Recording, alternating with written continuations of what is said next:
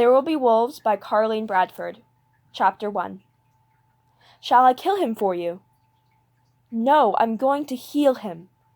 Ursula glared up at the figure standing over her, then moderated her temper as she realized that the words had not been spoken cruelly, but with compassion. The dog laying at her feet whined and made a frantic effort to get up. She put out a hand to restrain it. But its leg, it seems broken. The boy looked to be only a few years older than Ursula herself. The early spring day was cool, and the wind whipping up from the river cooler still. Nevertheless, he was flushed and hot. His rough woolen tunic was disheveled, his fair hair plastered against his forehead, and he seemed to be covered in a kind of fine white dust. It is broken, Ursula answered shortly. He's been kicked by a horse, belonging to one of Count Emil's men, of course. Her mouth turned down as she glanced along the alley where the man had ridden carelessly off, not bothering in the least by the thought of the injured dog he had left behind. She knew he would have been equally unconcerned, even if it had been a child. Animals with broken legs don't usually heal. They must be killed. The boy bent towards the dog. Ursula moved to protect it, but he reached past her and began to quieten the animal. His hands were blunt and work-roughened, the nails broken and torn, but there was a gentleness in his fingers. He felt for the wound. It's the merciful thing to do, he said. Not if I can make him well, and I can, Ursula countered. The boy seemed about to argue further, but the look on Ursula's face stopped him. Shall I help you then? He asked. I could carry him home for you.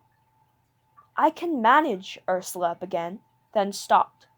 The dog was much too big for her to carry alone. As she hesitated, a horse-drawn cart clattered towards them through the bustling cacophony of market stalls, horses' hooves, and iron-rimmed wheels hammering on the cobblestones. It showed no signs of slowing to avoid them. She gave in and nodded. The boy scooped the dog into his arms and lifted it up. The animal struggled, then relaxed under his soothing. Ursula stood also and immediately took command. Follow me, she ordered. She threaded her way out of one alley and turned into another. This was the street of the tanners and the butchers. The whole city stank, of course, of odor, filth, and rot, but here the smell was overwhelming. Ursula tried to leave it behind. Around a corner they strode into an even more winding passageway. This was the street of the shoemakers and the saddlers. The upper stories of the houses overhung the roadway so much they nearly touched. Gilded signs swung and creaked in the wind, while apprentices added to the general din by bawling out the wares set on benches before the open doorways.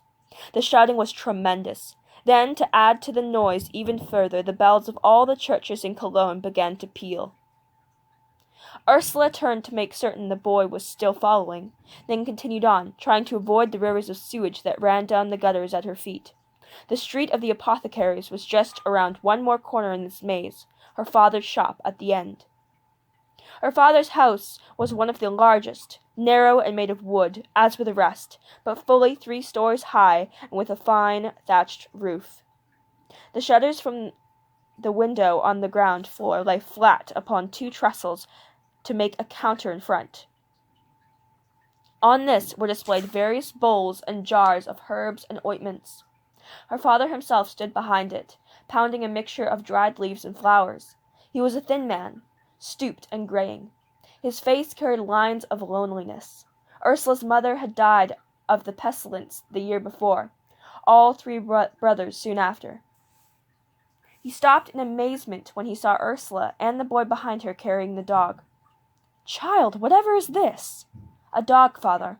Its leg is broken. I must help it. And this young man? Ursula flushed. In her concern for the animal, she had forgotten all good manners. He helped me, father. I could not carry the poor beast alone. And his name? Ursula flushed even darker. She had never asked. The boy stepped forward, still cradling the dog. I am Bruno, master. An apprentice stonemason, working on the new church. I was just on my way home when I saw your daughter. My name is Ursula," she put in quickly, and then hurried on, trying to cover her confusion. "The dog, we must see to it. Bring it in here." She led the way inside the tiny room. Jars and flasks lined the shelves, which covered most of the walls. Bags of all descriptions hung from them. Baskets stood in the corners. The stench of the street was overshadowed here by pungent, even mysterious scents. Against one wall a fire burned in an open hearth. Ursula grabbed a piece of sacking and laid it on the hard-packed dirt floor in front of the fire. "Put the dog here," she said. "Carefully!" as the dog let out a yelp. "Hold him for me now. I must fetch my book and make ready." Bruno knelt beside the dog while Ursula disappeared up a narrow staircase to a room above. She returned almost immediately, clutching a tattered black book. Her father frowned. "I do not like you reading that," he said. "The old monk gave it to me, father.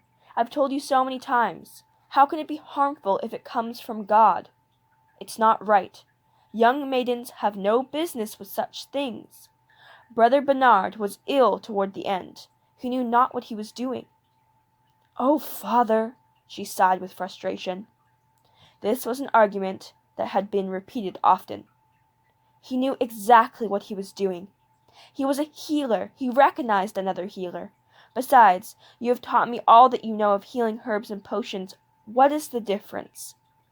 "There is a difference. That book is for true healers, men of age and wisdom. There is more in there than even an apothecary knows, more than an apothecary should know."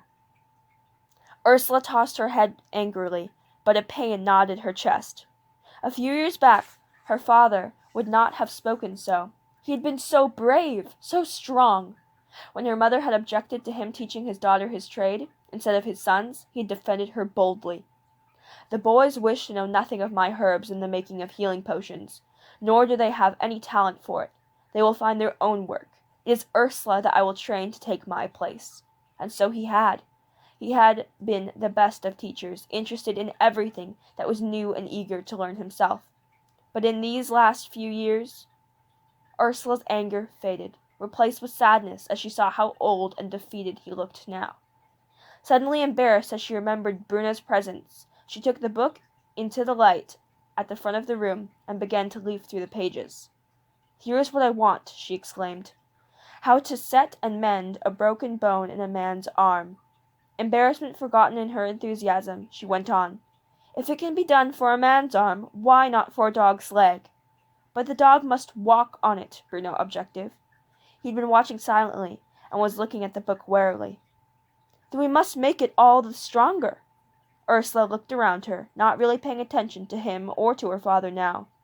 She darted over to a wood basket sitting beside the fire, rummaged around among the sticks and bits of kindling until she found 2 straight, sturdy pieces of wood, and then snatched up a cloth from the corner and tore it into strips. "This should do," she muttered to herself. "But first I must make the poultice. Rosemary and knitbone. Am I not right, father?" Her father nodded, unwilling to speak. Ursula worked quickly and soon had a sticky, sweet-smelling paste in the old marble mortar. She ground it even more finely with the pestle, and turned it back to Bruno. "Now I'll set the bone. Father, will you help?" With her father and Bruno holding the dog, Ursula wiped away the blood from the broken skin and felt for the break in its leg. The dog whined and would have moved, but Bruno and her father held it fast. Ursula's fingers moved quickly to straighten the leg. Then she reached for the poultice and smeared it over the wound. "There, hold the leg for me now," Ursula said to Bruno. "Like this. Hold it steady whilst I bind it." She held the 2 sticks, one to either side of the leg, and bound them on securely with the strips of rag. Then she wound more rags on over that. Finally she sat back and scrutinized her work. "Will it mend?" Bruno asked. He looked dubious.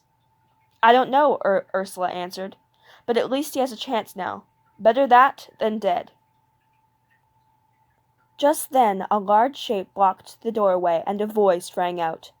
"Master William, are you not attending to your customers today?" A woman strode into the room. She wore a cloak the size of a tent over her vast bulk, and its edges swept all before it, Several jars teetered perilously on one of the lower shelves, and a bag fell onto the floor. She turned imperiously toward Ursula's father, heedless of the dog, and stepped on its injured leg as she did so. The dog yelped again in pain. Ursula leaped up. "Mistress Elke, do be careful," she cried, reaching out and pushing the woman back. The woman turned upon Ursula with a glare. "Take your hand away from me, you forward chit." "Master William, your daughter forgets herself, as usual." "Ursula," her father's voice was apprehensive. "But there's a dog here, a wounded animal, and you trod on him." Ursula glared back at the woman. At that moment Mistress Elke caught sight of the book that Ursula had been using. She stepped back quickly. Her fingers flew up in the ancient sign against evil. "Do you allow your daughter to read in that?" she demanded, staring at it as if it harbored a nest of snakes. Before Master William could answer, she went on. "That she should be reading at all, a young girl like her, it's against nature. And in that book, it looks like witchcraft to me. You are breeding trouble here, Master William. Mark my words." "You know nothing of what you speak," Ursula began hotly, but her father stepped between her and Mistress Elke just as Bruno jumped up and grabbed her elbow. "The dog," Bruno whispered into her ear. "The bandage has come loose. Perhaps you should see to it." With a last angry glance at the woman, Ursula allowed herself to be distracted, and turned to the animal. Her father hastened to lead Mistress Elke outside. "Your tisane, mistress," he murmured soothingly. "You'll be wanting your tisane. And how fare you this day? Is all well with you? You mustn't excite yourself, please, mistress. Remember your health, and the health of the innocent babe you carry." "Innocent babe," Ursula muttered. "A woman like that is more apt to be carrying a demon." "Hush, don't speak so," Bruno cautioned. But he was too late. The words had carried out the door. "What did she say? What did she say?" Mistress Elke screeched. "A demon, she said. She said I'm carrying a demon. She's put a curse on me. Oh, dear God, holy Jesus!" She staggered and seemed about to faint. With considerable effort, Master William caught and held her. "No, mistress, no. You misheard. Please, mistress, do not distress yourself. Sit here. I'll prepare your tisane for you this minute. Sit now and calm yourself." He fetched a stool for her, and then rushed back inside to collect his herbs for the tisane. "Well, now, what have we here?" a voice inquired. Ursula shuddered. Mistress Ingrid, the busybody who lived in the house next door, and whose husband was a rival apothecary, had, as usual, appeared at the first sign of trouble. She bent to Mistress Elke, and a furious avalanche of whispers ensued, with much finger-pointing and furtive glances at Ursula. Ursula rose to help her father, as she quickly did, but she was stopped by another shriek from Mistress Elke. "No, I won't have her touching anything that is for me. I won't have it, Master William." She clutched at her bosom with one hand, and Mistress Ingrid's arm with the other. "Leave us, Ursula," her father ordered, his voice shaking. "That's my dog." The voice from the doorway was childish, but firm. Ursula looked up to see a boy of about 10 or 11 years standing there, staring in. He was small and fine-boned, with a shock of dark, almost black, curly hair falling over his eyes. "Your dog?" Ursula repeated. She had only just managed to collect herself after Mistress Elke had left. Although she would not have admitted it, Ursula had been frightened. Mistress Ingrid had retired to her own house, but was still keeping an obvious watch from her front stoop. The boy drew himself up proudly. "I am David Ibn Shaprut, and that is my dog. He wandered off from me when I was in the marketplace, and when I inquired, they told me he had been hurt and you had taken him away." His eyes fastened onto the bandaged leg. "Is he hurt badly?" He spoke in the mixture of Hebrew and Germanic dialect, with a few Arabic words thrown in that the Jews along the Rhine used with the Gentiles. Ursula understood it easily. Ursula held the dog down firmly. Bruno had also left soon after Mistress Elke, and at the first sight of his young master the animal had begun to whine and try to get up. "His leg is broken," she began. Seeing the sudden distress in the boy's face, she added quickly, "But I've set it and put poultice on it." "You can't mend a dog's leg if it's broken. Everyone knows that," the boy answered. His eyes became suspiciously bright, but if he was fighting back tears, he didn't let her know. Why not? Why not at least try? Come, give him a pat. David came in and seated himself on the sacking beside the dog. The dog immediately began a frenzy of hand-licking and tail-wagging.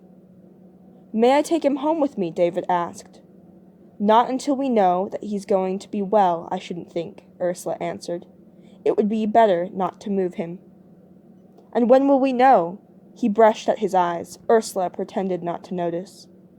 In a few days, perhaps, she said. In the meantime, can you come by here and keep him company? I'm busy and don't have time to make certain that he doesn't move around too much. Yes, I can do that, David replied. The dog had calmed down somewhat, and David continued to stroke it on the head. We're here visiting my uncle, my mother and I. He seemed reassured now and began to talk more easily. My father is a goldsmith, the best goldsmith in Mainz, and so is my mother. She's come to visit my uncle here in Cologne. He's Benjamin Aben Nagadella, a very famous merchant. Ursula had heard the name often. David's uncle was one of the wealthiest and most successful merchants in Cologne, or had been anyway. Cologne had been a city and an important center of trade ever since the Roman times, but since the Turks had closed off the trade routes to it, Ursula had heard the name often. David's uncle was one of the wealthiest and most successful merchants in Cologne, or had been anyway. Cologne had been a city and an important center of trade ever since Roman times. But since the Turks had closed off the trade routes to the east, the merchants were having a hard time of it. The Jews, in particular, were affected by this, as by Germanic law they were not allowed to own land, not even the land their houses stood upon, and many of them depended on trade. Ursula had spent countless mornings down at the quayside on the Rhine, watching with fascination as a small but graceful wooden ship sailed in, bringing silks, costly spices, and all manners of things from the east. They were far fewer in number now, however, so few, in fact, that in desperation many of the Jewish merchants had had to resort to money-lending to survive. Many of their Christian fellow townsmen despised them for it. Usury was a sin, according to Christian teachings.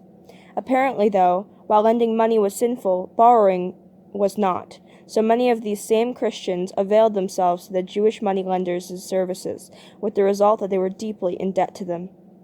For the rest of the afternoon, David stayed with his dog, talking to Ursula without pause. Finally, when it was time for the evening meal, he rose to go. The dog made as if to rise and go with him, but David pushed it back down. Stay, Samson, he ordered, trying to make his voice as stern as possible. Ursula suppressed a smile. Samson, one of the most powerful and feared figures in the Old Testament. It was rather a grand name for such a scruffy, nondescript dog. I'll be back tomorrow, David promised. He was. He came with the early morning hawkers of bread, sweet cakes, and ale, even before the cocks had finished crowing. Ursula had just finished tidying up after breakfast when he appeared at the doorway. For the rest of that morning he stayed, and on into the afternoon, even though he wouldn't share the noon meal with Ursula and her father. Finally, Ursula had had enough of his constant chatter. She seized an excuse to escape. I must go to the market and buy our fish for our dinner. Will you mind Samson while I'm gone? He mustn't get up any more than necessary. The dog had tried a few experimental steps during the day, keeping his wounded leg well off the ground, but Ursula was anxious that he stay as quiet as possible. She was determined that her efforts to help him would be successful. Then Mistress Elke and all the others like her would see. They'd see that a girl or not, young or not, she was a healer. That they might not wish to see such a thing flashed through Ursula's mind, but she pushed it away. Ursula hurried through the twisting streets down to the stalls of the fishmongers in the market by the riverside. She passed the new church that was being built right in the center of all the confusion. Cologne was a city already famous for its churches, and the building of them still went on. Bruno had said he was an apprentice stonemason working on this church, Ursula suddenly remembered. It was almost finished, but the master stonemason and all the other workers still crowded the courtyard. The choir chamber was yet to be completed. Temporary workshops dotted the area. In one, a blacksmith worked at his forge, making new tools to replace the old iron ones as they worn out. In another, the mortar men made their mixtures of sand, lime, and water to bind the stones together. Pulleys and cranes were still in place, creaking and groaning under the strain of the loads they lifted. Trestles were set up. The shouts of men at work and the noise of sawing filled the open space, and all over, everything and everybody, the same fine white dust she'd seen on Bruno the day before. A smaller hut off to one side sheltered the stone cutters, and it was in front of this that she caught sight of Bruno. He was down on one knee, chipping away at a huge block of stone with a hammer and chisel. Ursula stood, watching him, not certain as to whether she should call out. Suddenly he saw her. He spoke a few quick words to the man next to him and laid down his tools. He then stood up and came toward her, smiling. "How fares your patient today?" he asked. "My patient?" Ursula repeated, not understanding. "The dog. How is its leg?" "Oh, it's much better, much better. The poor thing even managed to walk a few steps." She smiled back at him. "Its master came for it after you left. He's just a boy. A young Jewish boy called David from Mainz, visiting his uncle here." "Did he take the dog away?" "No, I told him to leave it with me until we were certain the leg would heal, but he came back today to take care for it and hasn't stopped chattering since this morning." Ursula smiled again. "I had to leave for the sake of my ears." Bruno laughed. There was a momentary silence. Ursula searched for something to say. "The church," she said finally. "It's very beautiful." She looked up at the pure white stone walls rising above her and glistening in the sunlight. It was built in the form of a cross, with the choir chamber at the eastern end designed in the shape of a clover leaf. Although not quite finished, the harmony and grace of the building were already evident. "Would you like to see inside?" "Oh, yes, could I?" In answer, Bruno reached for her hand and drew her into the courtyard. Picking their way through the debris in and around the busy workers, he led her to the front. Massive bronze doors had been installed, intricately carved with scenes from the New Testament and the figures of the Lord Jesus and his apostles. Ursula reached out a tentative finger and traced their outlines. She had never seen such a marvel. "That's the master builder's own work," Bruno said proudly. "No other church in Cologne has anything near so fine." They slipped in and paused for a moment, allowing their eyes to get used to the darkness. No candles were lit yet, of course, so the only light came from the small, deep-set windows. The church was built like a fortress, with walls fully a meter thick. The nave stretched before them, pillars supporting arches that curved up to the domed ceiling above their heads. At the far end, the 3 petals of the clover leaf opened out into a sweep of such magnitude that Ursula caught her breath. Already the painters had begun their work. The walls and the ceiling challenged the gloom, alive with color and shining with gold, brilliantly illustrating stories from the Bible, scenes from Jesus' life and teachings. The floor was patterned with flamboyant mosaics, echoing and emphasizing all the vivid hues around them. Bruno and Ursula made the sign of the cross towards the place where the altar would soon be, and then went further in. Bruno led her from one painting to another. There was hardly a surface in the whole building that wasn't decorated. What space did remain, Ursula knew, would be covered with hangings and tapestries. "It's magnificent," she breathed. "Surely it will be the most splendid church in all of Cologne." "It will," Bruno agreed. He dropped her hand and stared between them, his face rapt. "Someday I will build churches too. Someday I will design them, not just cut stones for them." For a moment he seemed to forget that Ursula was there. He went on talking, almost as if to himself. "I have visions," he whispered into the vaulting silence of the empty church. "Visions of churches that reach up to heaven, with high, vast windows that look up to God and let his glory shine in and illuminate everything within. Churches full of light, with pillars and spires that brush the clouds themselves, and with the grace of God celebrated in every stone and every column." He stopped. Then, as if suddenly remembering where he was and with whom, he turned back to her with a laugh. "I dream," he said apologetically. "Large dreams for one as insignificant as I." He reached for her hand again. "Come. I have finished work for the day. I'll walk with you, and you can tell me more about yourself. You called yourself a healer. Perhaps you, too, have dreams." Ursula looked quickly to see if he was mocking her, but even in the soft dimness of the church she could see only friendship and interest in his eyes. He kept her company to the fish stalls and waited while she chose the fish for dinner. They then turned back toward the house. "I would see the dog again," he said, "and perhaps also meet his young master. Would that be all right?" "Of course," Ursula answered, but a roar from the crowd around them drowned out her voice. They were in the market itself now, and in the very center was a square with a scaffold on it. Here thieves and criminals were punished. On the scaffold now was a young man, hardly more than a boy. He was filthy and clad in the barest of rags. His hair hung lank and unkempt over his face and down his back. From where she stood, Ursula could see the wild light of panic in his eyes. Several men stood around him.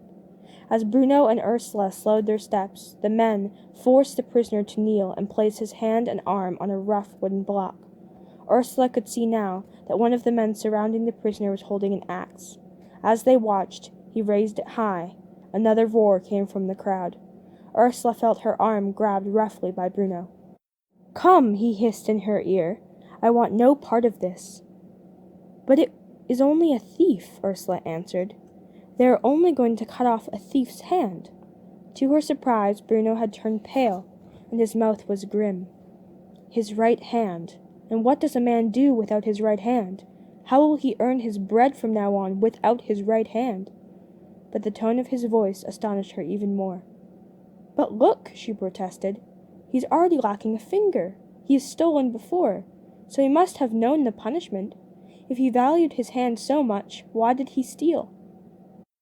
"How do we know? How do we know what has driven the poor wretch to steal? How do we know what he has had to bear?" "This is of no matter," Ursula dismissed his words with a shrug. "Stealing is a crime against our fellow men, a crime against God. There's no excuse for it." She knew she was right. "Perhaps this time he will learn his lesson properly. If he repents of his sins and returns to God's laws, those men will be doing him a favor." The axe paused for a fleeting moment, then flashed down. The young man screamed while the crowd around him cheered.